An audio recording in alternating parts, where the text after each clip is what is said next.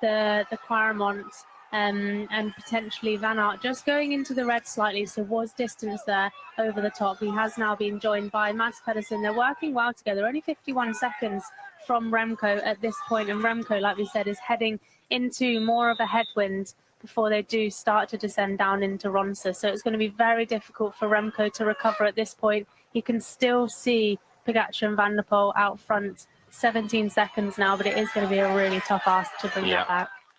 Well, 36 kilometres to go. This is the remnants of the big chasing group that still has some riders in there from the early break of the day. What a ride being done by them. Stan de Wolf there at the back. Gianni Vermeers. Jasper Stuyven there for Soudal Quickstep. I think he's their best surviving rider in there.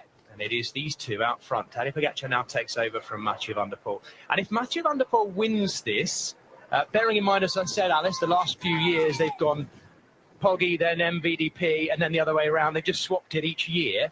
It has to be said, he's not done it in a day where his team have been dominant either. Alpecin Premier Tech haven't been that evident today. Yes, they had Dillier in the breakaway. And yes, Dillier did a little bit of a kind of satellite move turn on the front for Van der Poel when they caught them. But that was it. He has done a lot of this by himself today.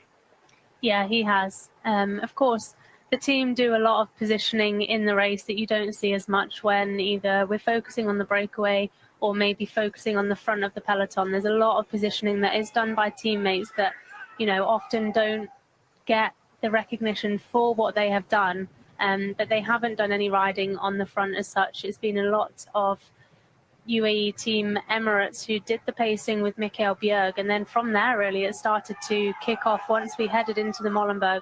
Like we said, it's kicked off a lot earlier than normal.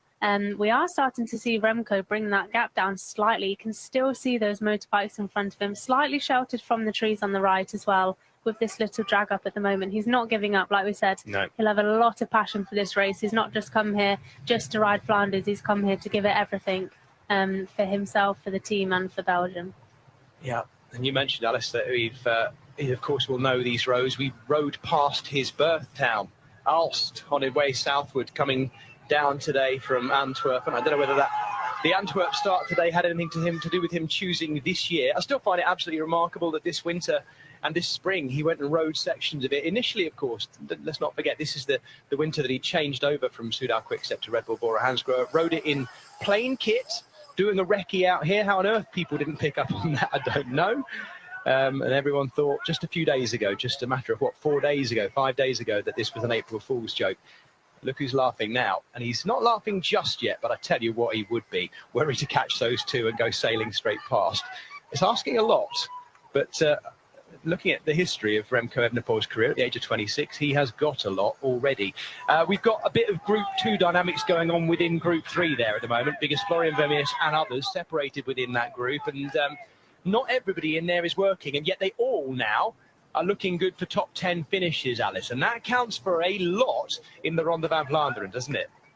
Yeah, it really does. We even heard from riders at the start of the day where, you know, a top 10 finish was kind of the goal, knowing that, you know, the top 5 positions were potentially out of reach, and it looks like the big 4, a lot of us changed it to the big 5, adding Mads Pedersen into there, are going to take those top 5 positions, potentially in exactly the order that everyone had them listed, which just shows that, you know, even though it's Flanders, even though there's a lot that goes on, there's a lot of luck that's needed. Also, form always, or cream always rises to the top, as they say, and the form is really telling for a lot of these riders. But like you say, I think there was definitely some people that picked up on Remco doing the recons back in December. There was definitely some tweets going around, but it is always a question of, is he just out for a training ride, testing some equipment for different things, or is that really something he's aiming for the Tour of Flanders? But here he is right now, currently in 3rd, but looking to chase down and fight for the win still. Yes. Of course, the thing is, you know what will happen is, if he does really well here today, people will be asking, why isn't he riding Paris-Roubaix next weekend? And then we've got a chance for another tweet. I don't know. Let's not get ahead of ourselves. this is how things stand with 33k to go in this, the 110th edition of the Ronde van Vlaanderen. Tadej Pogacar and Mathieu van der Poel in the front of the race. Remco Evenepoel about 15, no, we can see now 9 seconds down on those two. Nearly a minute back, 53 seconds back. Mads Pedersen and Wout van Aert. That completes our top 5. The big 5 going into this race are in the top 5 as things stand. Actually, it's now a pretty big gap, as you can see, another minute and a half nearly back to that group containing Florian Vermeers, Matej Mohoric, Sander Wolf, Magnus Sheffield, Gianni Vermeers, Tim van Dijk, Jasper Stuyven and Christophe Laporte. And that is pretty much it. This is the man on debut who is trying to still get across that gap. He keeps looking like he's getting close enough and then settles. Michael Hutchinson, you're there. What will be the cues going through his mind in terms of aerodynamics, pacing and all that kind of thing? I'm sure it's all natural, it's all subconscious, but what can he do to get an advantage on those two out front using your experience? Oh, you keep your head down, you keep your hands on the hoods, keep your elbows low, keep your elbows in, and just really try to measure your effort, because this is a time trial. His objective is at some point he needs to intersect these guys in front. He needs to not respond to them. I think a certain amount of the gap going in and out that we're seeing, it's not Remco going faster or slower, it's these guys in front going faster or slower. He really has to ride his own race. But it's, you know, he's been hanging there. He's at he closed to within about 3 seconds at one point, and then we hit the Klaremont again and went backwards again. I wasn't sorry. Was it the Paterberg actually? And went backwards again. And then clambered his way back forwards, and now he's kind of sliding back out 15 or 16 seconds. It's a horrible position to be in. He would be so much happier if he had a little bit of help. If the next 3 riders in the road were together and all worked together, they might be able to pull this back. But they're not. Remco is hanging on his own in no man's land. And there's just not an awful lot he can do about it, apart from, say, ride his own race. I'm just going to remind people, not that I need to ratchet up the drama by any means, but I'm just going to remind people where the 2 riders out front stand right now. If Tadej Pogacar wins, he will become the 8th rider to have won 3 Ronde van Vlaanderen, and joining Johan Museeuw, Mathieu van der Poel, of course, Fabian Cancellara, Tom Boone and Eric Lamain, Fiorenzo Magni and Achille Busse. If Mathieu van der Poel wins, he will become the greatest of all time, because he'll be the only rider that's ever won before. And don't forget, by the way, Lotte Kopecky has an opportunity to do that today too, as well. In the women's race, which is running this afternoon in parallel with this, we'll be switching straight over to it on our Eurosport coverage after we finish the men's race. We've brought you some of the reaction and things going on. I'm just watching Remco Evenepoel taking on another gel, of course. And does that indicate now, well, let's look, 18 seconds. He's got to still take in energy anyway, hasn't he, Alice? But he's sort of settled there right now. Maybe a little bit more chance of being caught by the other 2 behind. That's the question, I guess, whether they can. Yeah, at the moment they're just doing the descent down into Ronde. So as a lone rider where you don't have the wheels to sit on and to recover on, you need to obviously fuel in the place that makes the most sense, where you're not losing the most amount of time to those riders in front. So just using that descent into Ronde before we have the Oude Kruisberg coming up soon, which is where we saw those incredible crowds over the top when they have previously been up the parallel climb, the Kruisberg, the new Kruisberg climb, which was tarmac. This one, of course, is going to be cobbled with it being the Oude Road. So yeah, just using the road and making those decisions of where he's going to do that fueling to save as much energy and time as possible. Alice, how does Mathieu van der Poel win this? If he's going to make history today, how does he win this in your estimation? If you were talking into his ear, knowing his rider qualities, what would you be saying to him? Well, even what I said about, I guess, never really knowing how you're going to be at the end of a monument like this. I do think he needs to save as much as possible, potentially follow Pogacar where he can on the climbs, and to maybe stop doing some turns with him. You know, where Pogacar made his debut, that is where they were gambling. They were looking at each other a lot, and the riders came back to him, and Pogacar did lose that podium position. Van der Poel winning that sprint there and potentially taking that gamble again. Would they be happy with Remco coming back to them, especially in a sprint with the efforts that he'd made? Probably wouldn't be too phased by that. So I would say potentially making that gamble. I don't think he's going to be able to get rid of Pogacar on the climbs, and he's obviously not going to be able to take him by surprise because there's only the two of them, and Pogacar will respond very quickly to those moves. So I think for Van der Poel, with how he's been looking on some of these climbs, it does again look like Pogacar's using the climbs just to put the pressure on a bit to see if he can distance him, but also just to continue to hurt the legs of Van der Poel. But Van der Poel following very well right now. Yeah, they are onto the Oude Kruisberg, and of course when they go over the top, they've got that second classified bit, the Rotonde extension as well. Mathieu van der Poel hanging on well. Dare I say it, Hutch, I don't know if you've noticed this or whether you agree with me, but it strikes me that it's Tadej Pogacar who keeps looking back. I'm not sure I've seen Mathieu van der Poel look back to check on the whereabouts of Remco Evenepoel. Pogacar, I think, is more nervous about Evenepoel than he is about, than Mathieu van der Poel is. I think Mathieu van der Poel reckons that he's not going to too much trouble from Remco Evenepoel, given the amount of work Remco Evenepoel have done to catch up with him. I think if this all came to the finish as a group of 2 or 3, as Alice suggested, you would expect Van der Poel to take that. The danger of Van der Poel at this point is that Tadej Pogacar goes again, and I think that's that's really what he has to watch out for. This point, Pogacar may not want to take this to a sprint. Yeah, we saw a little bit there, that face of Mathieu van der Poel, just caught it from the side, going over the top there of this little crest, and it was not far off the expression that he had when he'd hurt his hand at Milan-San Remo, was trying to hang on to Tadej Pogacar too. On that occasion, it didn't work out. On this occasion, he is still locked on the wheel, and he really, let's be honest, the Paterberg I don't necessarily think will be too much of a problem for him. He's got to survive the Oude Kwaremont in front of that enormous crowd as well. We now switch back to the third group on the road, led by Wout van Aert. Mads Pedersen sitting on, and the crowd will be going absolutely bonkers for Van Aert here, won't they?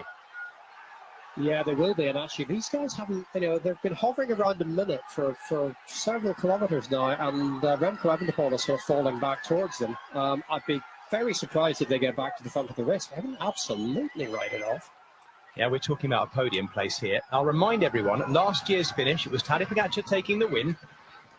Solo, of course, but 1 minute and 1 second ahead of Mads Pedersen, Mathieu van der Poel and Wout van Aert. On that occasion, Mathieu van der Poel definitely having done an awful lot, unable to beat Mads Pedersen in the sprint. Wout van Aert fourth, and Jasper Stuyven just behind them. They were effectively our group 2, if you like. This year, things have definitely started earlier. This all started by Florian Vermeer's lifting things on the Molenberg, it was, going into the Marlborough Strat as well, with about 90k to go. It was when Florian Vermeer started to pick things up. Big wide roads, Alice, as well. So if ever there was an opportunity for Remco Evenepoel to get back into time trial mode, not like he hasn't been in it for the last, 15, 20k, this is it, on the road just like this. Yeah, it is. It's going to drag up now. This is where we saw the move of Florian Vermeer, going over here with Connor Swift. On the previous lap that they have done this, we can see that they do have the cars now at the front. So if they do have any mechanical, they will be able to fix that quite quickly. But of course, these gaps still fairly small at the moment. You can just see them kicking on over the top before they do start to do the descent down to the Oude Kwaremont with 16.7 kilometers to go. Of course, they've already done it twice today. They know it so well, but it's just a matter of how hard is Pogacar going to attack that, and can Mathieu van der Poel keep on his wheel? We can just see Pogacar taking off his gloves at the moment. I think not too much of a telltale sign. It's something that, they're not the most comfortable things. Riders often using them a little bit more when there's a bigger group because of the risk of those crashes, but he's fairly confident now that he'll be all right, just wanting to take off his gloves to be more comfortable.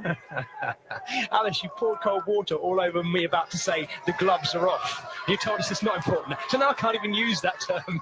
But he's taken them off, he's thrown them. I must admit, from my perspective, I still see Mathieu van der Poel, that in fact all 3 of these riders aren't wearing gloves, are they? I'm just thinking back to Mathieu van der Poel's crash in Milan-San Remo. I think in commentary I said, look, for goodness sake, wear gloves, it's not worth it. Because he obviously couldn't quite hold the bars properly, but who would listen to me? What do I know? No one wears gloves anymore. Did you wear gloves, Alice? Would you have worn gloves did you wear gloves when you rode the Ronde van Vlaanderen?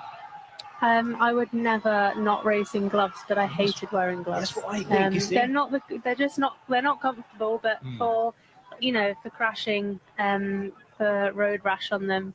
My dad always said, I won't be wiping your bum if you crash, so best you have to do that myself. Yeah. But yeah, like I say, some riders prefer to, and I'd say that's probably what Pogacar's done, is not wanting to risk crashing when they have been racing into these sectors before in the big pelotons where there's more risk of those big crashes, but taking them off now. It's just the two of them. You can see Pedersen, Van Aert, they've both got them on, so it's a preference and how much you want to risk it, really.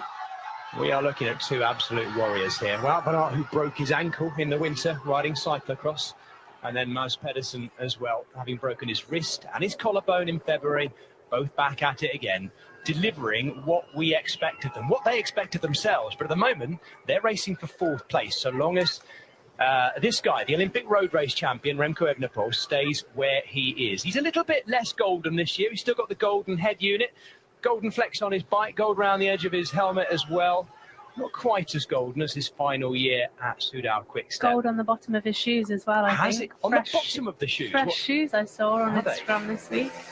Hey, well spotted, Alice. I hadn't seen that. Gold on the bottom, so it's to sort of show the gold to those who he drops behind them when he's kicking clear. I like it. Okay. Yeah, he looks back again, doesn't he, Tadej Pogacar? Another little look back, and Mathieu van der Poel out of the saddle. Gosh, it's the contrast in sort of road size, width and look of this race are always so different. That's what I love about the Ronde van Vlaanderen. It has every different kind of look. From the narrow, tiny cobbled climb of the Paterberg to this wide, open expanse of a road that leads back in the direction of the Oude Quaremont. But it's still not helping Remco Evenepoel. He's still sitting there, Alice. He is, and knowing these roads is what is so important. More so when, like we say, you are in the peloton, when you're needing to do the positioning. They'll turn left now onto the Ronde van Vlaanderen strat, which, like we said before, has the names of all the previous winners on it. It's the concrete road that has all the change in slabs, which aren't the nicest things to ride over. But like I say, knowing these roads is so important, because when you do need to do the positioning, when you need to move up, you need to know when to do it so you're not wasting energy. We saw it previously going into the Quaremont, where there was a positioning that was done into the right-hand corner, but by the time we got to the climb, the positions had all completely changed, and that's what's really important, is doing it in the right place, not wasting energy, and doing the positioning and then being swamped right when you actually needed to be positioned well. Yeah, and we really are getting into the end game of this race now, because we're going along the lowest part, if you like, the most southerly part of this clockwise loop that completes the final sector, phase 3 of the longest edition of the Ronde van Vlaanderen since 1988 at 278.4 kilometres. What a debut for Remco Evenepoel. What a debut. Learning a lot along the way, and in front of an enormous crowd who know he is coming, the Belgian superstar. And I'm assuming he'll be back. I'm assuming he will. We are yet to find out where he finishes in this 110th edition, though. If these two, that's one thing I would throw in there with 20 seconds back to Remco Evenepoel. If these two start messing around at all tactically, even after the Paterberg, Alice, there is a little chance there, isn't there, for Remco Evenepoel if he can keep this time trial going? I'd say there's a big chance at the moment. Still 20 seconds. The gap's hardly gone out at all. Of course, they are going to go down. We are expecting more attacks from Pogacar, specifically on the Quaremont. They'll push hard on the Paterberg. We know that is where Remco has struggled more on those climbs. But when he has been in the wider roads, when he has been on the tarmac in the time trial position, he's holding that gap, if not gaining advantage on the two in front. So we definitely could see on the run into the line, of course, that long run in is with a tailwind, so it is difficult to bring those gaps back, but it's also less shelter in the wheels for the riders who are together as well. So I think there's a big possibility he could bring it back. It just depends what that gap is over the Paterberg, but there isn't too much looking around that they can do. And I guess it also depends how Tadej Pogacar chooses to use the Oude Kwaremont, and then what that does to Mathieu van der Poel, or, dare I say it, if Mathieu van der Poel chooses to go on the offensive himself. We talked, didn't we, so much today about individual riders, quite a few of them talking about needing to go on the attack, not waiting for Tadej Pogacar to do what everyone knows he's going to do. And yet, I have to say, Hutch, I'll come to you on this. I have to say, all that meant was that Florian Vermeers decided he would do his big dig earlier, and UAE Team Emirates just did their thing even earlier. Attack is the best form of defence. Everyone was talking about it's going to kick off earlier, so UAE said, you want it early? Here it is, here's early. Yeah. And a big break up the road in front, which kind of helped, because that just meant we had that nice big group of 27 to 28 that rode reasonably well for quite a few kilometres, and that saw the back of the main peloton. And that was instrumental in whittling it down to the situation we've now got. I feel slightly sorry for Remco chasing this. He's just hanging there, not really making any progress, and we're going to get him back into the climbs again. He's probably going to lose another 10, 15 seconds, and that may be it for him. A little head shake there from Tadej Pogacar. I don't know whether that was to himself or a signal to the radio, maybe. Definite head shake, though. Mathieu van der Poel sitting in behind him. Remco Evenepoel is getting ragged, but I tell you what, he is ripping the cranks off right now. What a job he's doing. If our timing is accurate, and I think it is, looking at that corner, 20 seconds, 21 seconds he is holding. Constant pace, no changing, no flicks of the elbow, so he hasn't got to look for anything from the other two around him. He is just getting on with it. If anyone can do this, we know he can. The gap to Pedersen and Van Aert behind has got a bit bigger. They're now a good, 46, 47 seconds behind Remco Evenepoel. And I like what you're saying, Alice. I like your belief, your enthusiasm that Remco Evenepoel can catch them. I think for the basic of the race, and all the fans watching, particularly the neutrals, but anyone, him getting back with these two would make this finale absolutely fascinating. Yeah, it really would. And then, of course, you know, he may counter straight over the top and these two start to look at each other. So there's still a lot of possibilities going into this final 20 kilometres. And just back to what you were saying about riders saying about attacking, anticipating the move. That's something that they would have looked to have done around 100 kilometres to go. But, of course, this move had already gone. We did have Groupama that were looking to attack. They tried it on the Wolvenberg. And we also had, you know, Unibet Rose Rockets. They were also looking to try and get ahead of the race. And it wasn't too long before this move, not of these two riders, but of the main favourites with some of their teammates that went away, where they were trying to make those attacks and trying to get across or out in front before that happened. So they were anticipating it. They just weren't given any space to be able to get any gap on them. Oh, we can see right across the field here. Little bit of flat in amongst the farmyard lanes. And you can just see over to his right. Apologies for a little loss of picture there. Our two leaders, Remco Evenepoel. He'll know, he can see, he won't even need that in his ear, that he's holding pretty much exactly the same gap.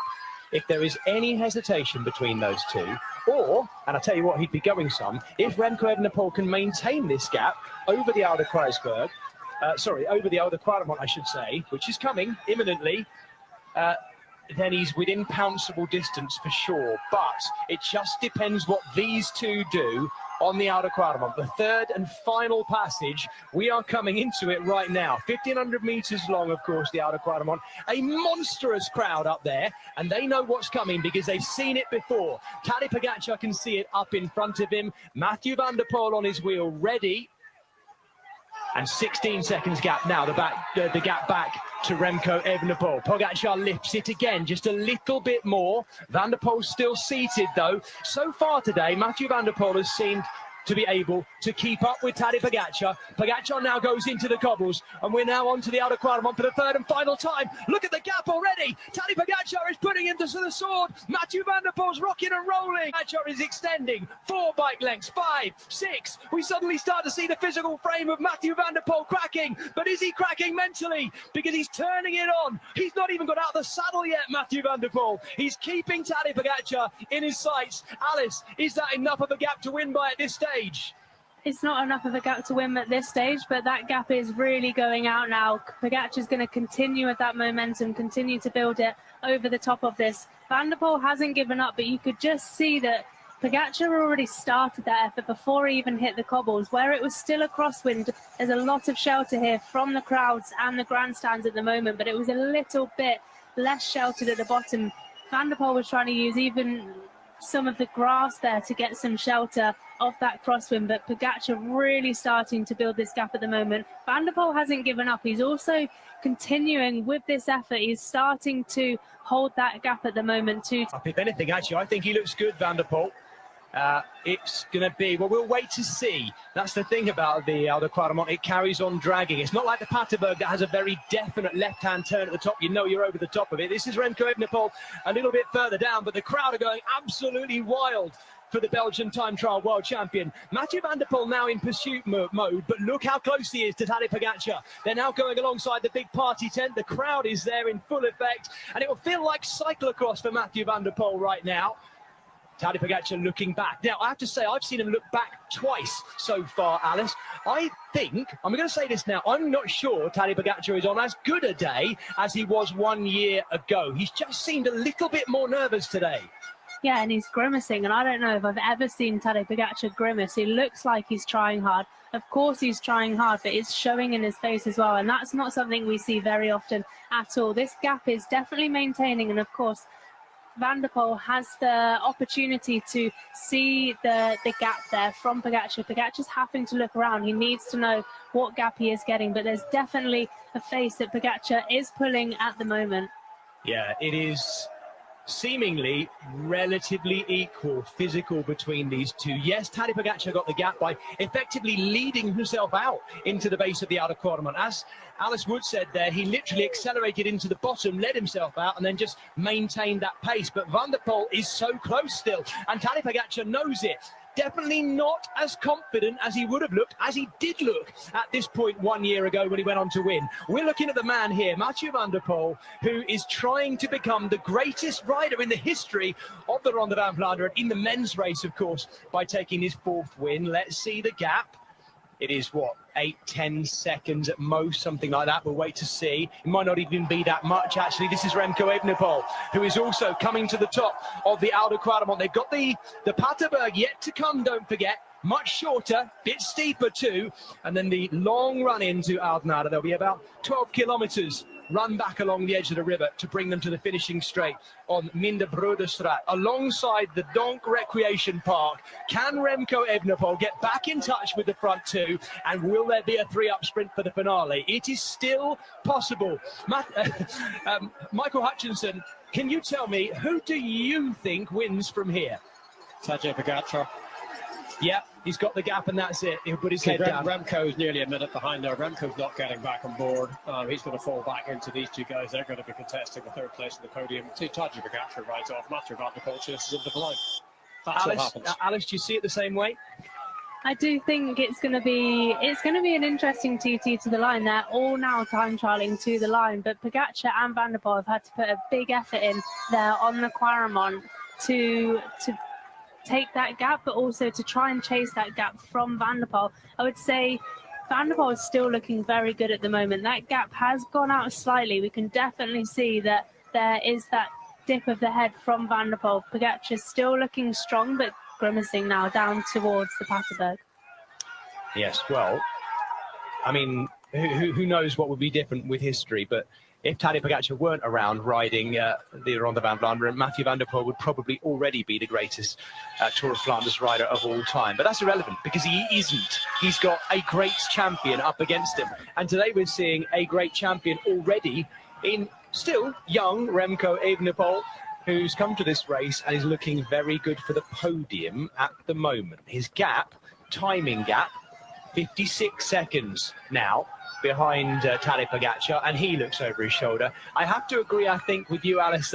I can see it finishing in exactly this order now, with individuals just time trialing their way to the finish. And we've actually not had that for a while. We've not had that for a good few years, when we've had individual riders all kind of evenly spaced coming towards the finish. And even Mads Pedersen isn't with Wout van Aert anymore. Wout van Aert himself. The top 5 all separated by 1.5 minutes, all with nice evenly spread timing intervals between them. I suspect Michael Hutchinson, you as the kind of mathematical brain in here, you're probably quite liking this because we've got a 5-up time trial that finishes in Alkmaar.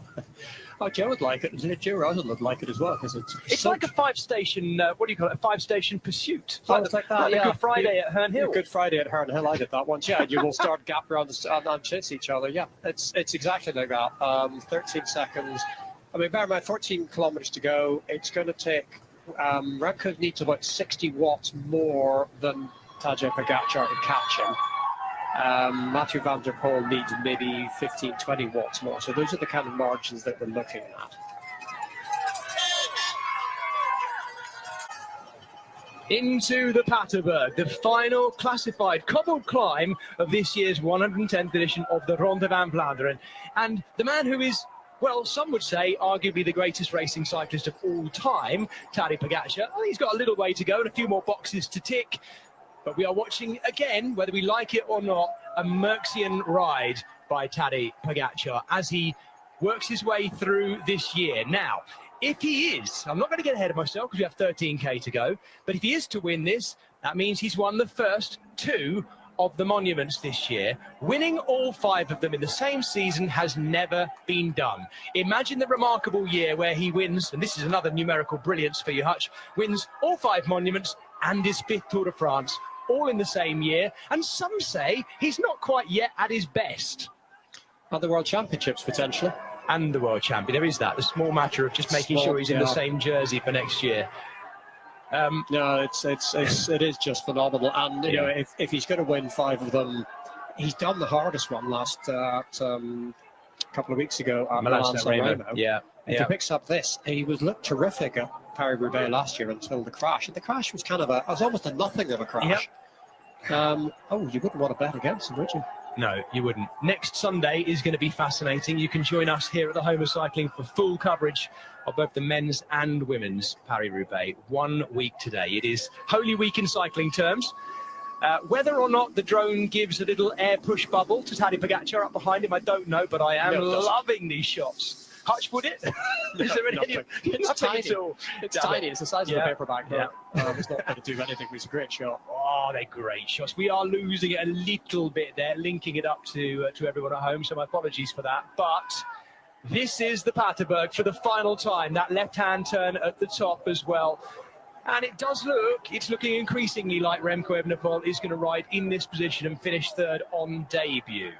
Now, I won't get ahead of myself too much, though, because there is still the possibility. Wout van Aert riding absolutely brilliantly today, looking to overturn what some would say is bad luck, some would say a brilliant ride at Tour Flanders when he was caught by Filippo Ganna. Hey, question for everyone watching, maybe a question on the lips of the Italian fans.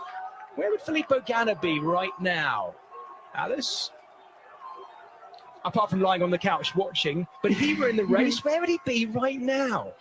Well, of course, he was on mega form at Tour Vlaanderen, and he had a lot of bad luck there as well with mechanicals having to chase back. He'd already gone up the road as well, so he was going very well. It was a much shorter race, but I would be pretty confident to say he would have at least been in that front move when these 5 riders did start to split up. But who knows? Mads Pedersen, the 5th of the big 5, and at the moment the last of the big 5, riding in, yes, you guessed it, 5th place, the Big Dane. Every one of these hang on, I've got to think about it. Every one of these riders in the top 5 have been, let me say that. Every one of these riders has been road world champion, except Wout van Aert. And maybe he's that guy who will get his rainbow bands on the road eventually. At the moment, of course, he has the Belgian champion stripes at the end of his sleeves. But Tadej Pogacar, of course, been there and done it. He's in the world champion's jersey now. Mathieu van der Poel, of course, wearing those bands too. And his gap, 16 seconds. Van der Poel, can he get back in touch with Tadej Pogacar? That also is not insurmountable as well. I wonder who's got the advantage here in terms of, the sort of time trialing ability between Tadej Pogacar and Mathieu van der Poel. Then fatigue comes into it, though, doesn't it, Alice? It's so hard to predict anything, even based on previous form, when there's that level of fatigue and load from all those climbs. Yeah, it really is. And I'd say a lot of these riders very evenly matched. Of course, Remco, the stronger time trialist, but he's been doing this a lot longer than the two riders in front where they've been riding together. They've had the chance to recover on the descents, on the wheels. So it's going to be very evenly matched at the moment, especially as they head over the bridge and make a right turn. With the tailwind, the speeds are going to go up, and it's going to be very hard to make any kind of difference in that kind of situation with that wind. Yeah, you're absolutely right, of course. Once they've crossed the River Scheldt, they then ride all the way along the west bank of it, going back almost in exactly the direction of where they started this morning in Antwerp at about 10 o'clock this morning when they rolled out from there.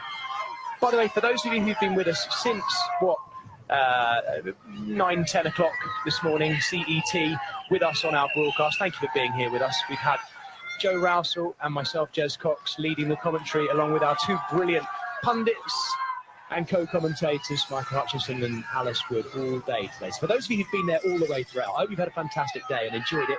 Thank you for your predictions along the way as well, your encouragement and comments too.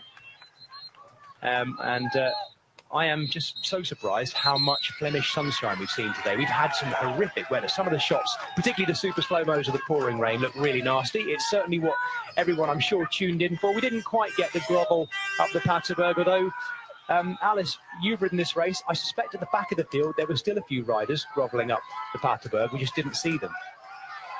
Up the Koppenberg. Sorry, the Koppenberg. What did I say? The Paterberg. Thank you. Yes, Yeah, it has been a long day. Koppenberg, yes. Well, it just wasn't as wet as we expected it to. Of course, the winds blowing very heavily today, I think will have dried those coppers out a lot, as well as the sun as well. So it wasn't as wet and as muddy as we were expecting. Like you said, it didn't affect the front of the race. I don't really think it would have affected any riders at the back of the race. The women are still to go up there as well.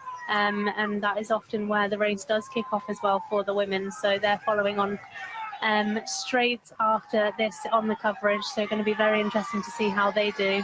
But yeah, like you say, the Koppenberg not having any effect on the race in the wet conditions. And I'm glad it didn't, to be honest, because I think we really see the true racing happening on the roads and on the bikes. There is the crossing of the mighty Scheldt River. With the cycle path alongside it. A cycle path well known to racing cyclists who live and ride and race in Belgium. I've ridden along there a good number of times while staying in and around Oudenaarde. The chain gang that rips up and down the edge of that Scheldt. Quite a gathering of riders over the years. And that'll be of no consequence to this man, the Slovenian world champion, who is looking to join that 3 club. Looking to be the next one to join Mathieu van der Poel, Johan Museeuw, Fabian Cancellara, Tom, 3 others as well from the 70s, 40s and 50s, Busse, Magny and Le Mans as well. And looking very good too. 20 seconds now, back to Mathieu van der Poel. And as you've mentioned, an opportunity, as Hutch touched on there, next Sunday to see once again Mathieu van der Poel and Tadej Pogacar go at it in Paris-Roubaix, as we saw them together, just the 2 of them at the front, when Tadej Pogacar wiped out on that innocuous right-hander that separated the 2 and meant that Mathieu van der Poel rode on to the win ahead of Tadej Pogacar. Pogacar will be out for revenge, particularly if he wins this, the Ronde van Vlaanderen, because it will mean he's ticked off what, as we discussed, was the most tricky to win Milan-San Remo. If anyone is ever going to win all of the monuments in one season, dare I say it, Alice, I think this is probably the case. There hasn't yet been a rider on the men's side of the sport in history that could win or would win and will win potentially all 5 of these monuments like this. It's if there's anyone going to do it, it's Tadej Pogacar, and he kind of needs to do it this year now. No pressure. Yeah, I mean, potentially in history there has been riders who could have done it. Yeah. But have they risked it? Because of course, you know, racing a race like Roubaix as a Tour de France champion, someone who is focusing on the Tour de France is one of the big goals of the year. They don't risk riding in those races, but Pogacar is such a phenomenal rider that he risks it as well, and he is such a racer that he wants to do them. He's won so much as well, that he kind of can make that gamble to put himself in those races to look to win the 5 monuments. Yes, I think back to when I first got into watching cycling. It was at the end of Miguel Indurain's reign as a 5-time Tour de France champion. And if you'd said to me, oh, well, actually this year, Indurain's already won Milan-San Remo. He's just won the Tour of Flanders. He's looking to win Roubaix. I think most people would have just laughed and said, no, you can't do that. There's no way he would do that and then even ride the Tour de France, let alone win it. But we are living in an era, an incredible era, where we have riders who, as I've long maintained, the riders like Mathieu van der Poel and Tadej Pogacar in particular could have probably drifted into any sport and may have actually drifted into no sport. Finding your way into a particular sport and finding your thing that you are incredible at is actually quite a rare thing. And I think my theory, Alice, is with Tadej Pogacar, he happened to get on a bicycle, start racing, start winning an awful lot very young. And he is just one of those born-to-do-it talents who, personally, I think we're very, very lucky to be watching. I know not everyone sees it like that. I know there will be some people listening saying, here we are, we're watching another Tadej Pogacar victory. This is getting boring. I'm not going to ignore it. There are people who say that as we see 5 kilometres to go. But I think I've been watching cycling long enough to talk about the Miguel Indurain days. And yes, I know what's gone on under the bridge in all that time and since then. But we are witnessing, without doubt, something very, very special here. Yeah, and also, I guess, I mean, he's a very gifted, talented bike rider, but probably would be a very talented and gifted sports person in any sport that he did do. Very driven and motivated as well. Like you say, it can become boring. I don't think today has been a boring race. It hasn't been anything like Strada, where it has been one rider kind of attacking 80 kilometres to go and being on their own. There's been questions throughout the majority of the race of how it is going to go. Even when we did have the group of favourites going with 108 kilometres to go, there was still that potential that there could be a fight for the win. But yeah, like you say, a very gifted rider and talented rider. Well, the gaps now, as we can see, 45 seconds back to Mathieu van der Poel. Tadej Pogacar has 4 kilometres to go. He is riding northward, back in towards Oudenaarde and the finish. Just settling himself, just adjusting his back, getting on top of the rhythm. Haven't seen him look around for a while. But as we can see, 41 seconds back to Mathieu van der Poel. 1:22 now back to Remco Evenepoel. There he is. And Wout van Aert 1:53. 1:50, hang on. No, sorry, 2:08 back to Wout van Aert. And a smaller gap back to Mads Pedersen as well, I think. Michael Hutchinson, looking at the timing, can you see any possibility of catches between the big 5? At this point, I'm going to say no, to the basically 40, 50 seconds between each of them with 3.5 kilometres to go, unless someone has an absolute nightmare. I did see Tadej Pogacar reaching for a gel with 6 or 7 kilometres to go, which felt a little late to be taking on a gel, and I did have a glimmer of thinking maybe he's just beginning to feel a little hollow. But I think I was wrong about that. I don't think anyone's catching him at this point. Yeah, I don't know. I mean, Alice, I think you were agreeing with me. I still think today, maybe it's the conditions, maybe it's the extra stress of having Remco Evenepoel there. But with now 3K to go, I don't know how to put it. It's just the body language. Maybe it's because he's in black shorts. There's been something about Tadej Pogacar today that he's looked a little bit more nervous and not quite as kind of effervescent as he normally is. Is it just me? Am I imagining that? No, I think, like I said, we saw a grimace from him on the Quaremont. Of course, he was going full gas, but we don't normally see him grimace. Potentially, he could be on a bad day, but this is his bad day. Who knows how he's actually feeling? My bad days, I was not finishing races, but his bad days is just maybe 20 seconds closer to Van der Poel than potentially he could have been. It's always hard to know, and that's what's so impressive with these big riders. All 5 of these could have been on a bad day. A few of them could have been, but they're still the top 5 in Flanders, and that's what is so impressive with big favourites, and that's why they are those riders, because they can do this day in, day out, no matter how they're feeling. What a day. What a race across the full 278.4 kilometres. Once again, there can be no denial that Tadej Pogacar is the best rider at the Ronde van Vlaanderen. Mathieu van der Poel will have to go another year with me billing him at the beginning of the race as being the man who has the chance to become the greatest ever.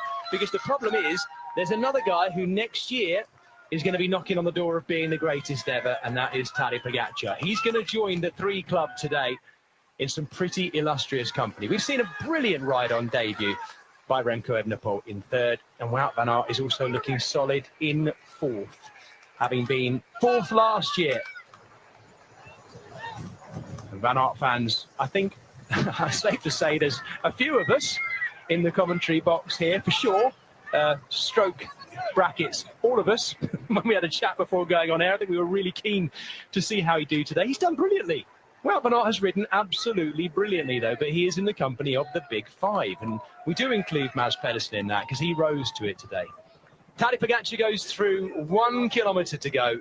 He is riding northward along the edge now of Oudenaarde, along Minderbruderstraat, alongside the Donk Recreation Park, exactly where he was 1 year ago when he won. The drone follows him in. He can see the gantry ahead of him, and the crowd know what they are witnessing. The rainbow bands of Tadej Pogacar riding into Oudenaarde at the end of the longest Ronde van Vlaanderen since 1988. It is the great sift, the cobbles, the climbs that sort the men from the boys, and today Tadej Pogacar joins the Big 3 Club. He's done all the 3s. He's only ridden 3 races this year. The thing is, he's won all of them, and he joins the club now that includes Johan Museeuw, Mathieu van der Poel, Fabian Cancellara, Tom Boonen, Eric Leman, Fiorenzo Magni and Achille Busse as the only men who have won 3 Ronde van Vlaanderen. Tadej Pogacar, in the jersey of the world champion, confirms what so many people knew. At the moment, he is the best classics rider on earth, and he takes his 3rd Ronde van Vlaanderen. The battle for the Big 5, the opportunity to win all 5 monuments in 1 year, is on. And Alice will just watch the rest of them come in. Mathieu van der Poel, what a great ride by him, eh? Yeah, a really impressive ride. He could follow Pogacar for as long as possible, longer than all the other riders. But it was just the final time of the Quaremont, that big attack from Pogacar from the bottom before the cobbles had even started. That was the one that broke him. But coming in second, only 34 seconds down in the end. Yeah, 3rd last year behind this man was Mathieu van der Poel. 2nd this year, Tadej Pogacar. Looking around to see Mathieu van der Poel. Van der Poel's raced this race every year since 2019 and never been worse than 4th place, which is unbelievable, to be honest.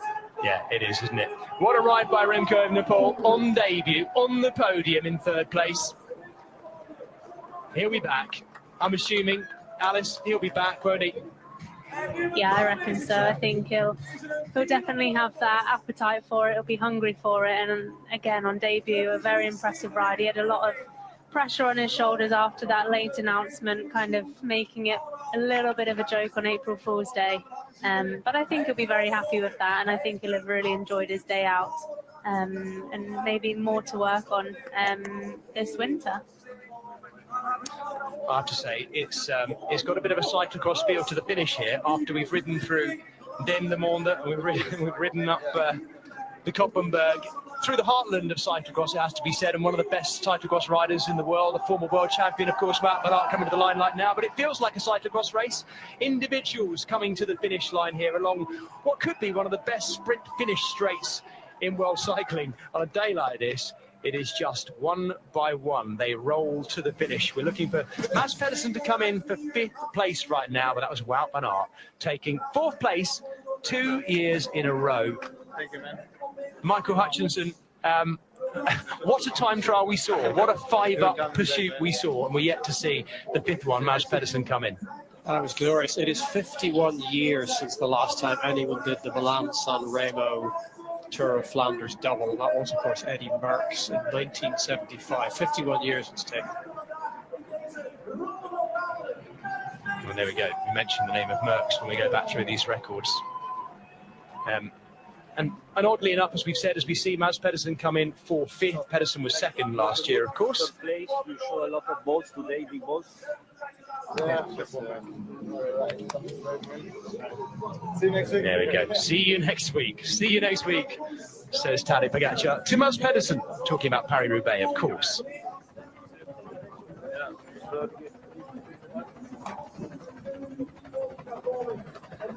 Well, there we go. The big 5, the top 5 in. We await the arrival of that next group, the group that contained Florian Vermeersch, Matej Mohoric, Standerwolf, Magnus Sheffield, and others to flesh out that top 10. Alice and Hutch, thank you very much for your time. I'm now going to hand back to Joe Rousel, MBE, for the final time, and I'm going to leave you to it to bring all of this home and chew over everything that's just happened, Joe. Thanks, Jess. I'm just trying to process everything that we've seen, and the distances, how early it all happened. I don't think the result was unexpected. I don't think the top 5 were unexpected. But like you say, just coming in with those sort of gaps between each other, absolutely incredible. And I'm almost lost for words for what to say about Tadej Pogacar. I mean, as Hutch just said, the stat of winning Milan San Remo and Tour of Flanders the same year since Eddie Merckx, absolutely incredible. Remco 3rd on his debut. What a race. Absolutely. We're just going to watch this little sprint here as well. I think this is Jasper Stuyven coming in. So looking to salvage something for Soudal Quickstep. Jasper Stuyven in good form coming into this race, and he will take 6th place. So first place of the mortals outside that top 5, if we say it like that. You know what I mean? No, it's not entirely true, because Jasper Stuyven's amazing. But that was not mortal. No, well, exactly. You're absolutely right. Jasper Stuyven winning that little sprint of what was left. Florian Vermeersch was there again. We're now going to hear from Wout van Aert and Joe. I'm gonna leave you to it. You bring all this home. Go on. Thanks, Jez. Yes, I think we're all very intrigued to hear the reaction of Wout van Aert. We're just going to see the finish here of these 3 riders. Teammate of Wout van Aert here, of Christophe Laporte in that yellow jersey. 2 teammates of Remco Evenepoel. I think we're sprinting for 7th place. We're more than 5 minutes down. I think we're a little further. I think we're further down than that, but Christophe Laporte's going to take out this sprint for some mystery top 10 position.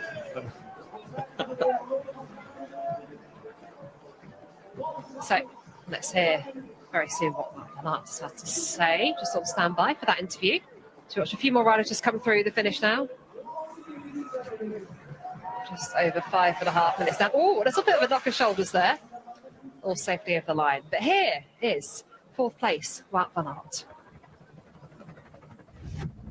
Wout van Aert, how surprised were you when the final already started on the Molenberg? Yeah, honestly, a bit surprised, because I was a bit far back, and have to thank my teammates to bring me in okay position just before the Molenberg, because it was a already crucial moment. And then actually it was not a bad situation. I had Christophe with me, and I think there was no reason for us to pull, so we could sit on. And I came to second time Quaremont how I wanted, and then like I predicted, it was just the legs. And then afterwards, what do you think? You were there together with Mats Pedersen. Did you have the feeling that you could come back? I knew we would only come back if they look to each other in the front, but still then you have to believe in it. And I have to thank Mats for an amazing ride. We worked well together, and it was not meant to be to come back, but we did what we could, and then I think it's a crazy final. Everybody by his own to the line. You'll be happy with this result? Yeah, I mean, happy with my performance at least. I hoped for a little bit more maybe, but this was everything that was possible today.